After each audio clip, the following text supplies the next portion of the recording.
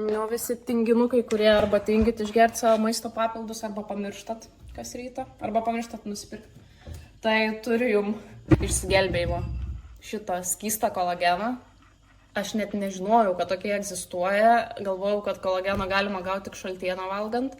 Tai va, kadangi draugams skundžiausi ištisai, kad man skauda sąnarius, skauda raumenis, nes turi labai daug fizinio krūvio, gavau dovanų. Ir kadangi labai nesunku vartoti, įsipili vieną kamštuką tiesiog per dieną ir išgeri, galvoju, pabandysiu.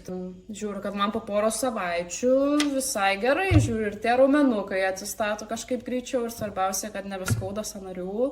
Plius dar čia visokių vitaminų gaunu, B12, D3, C, dar visokio gėrio.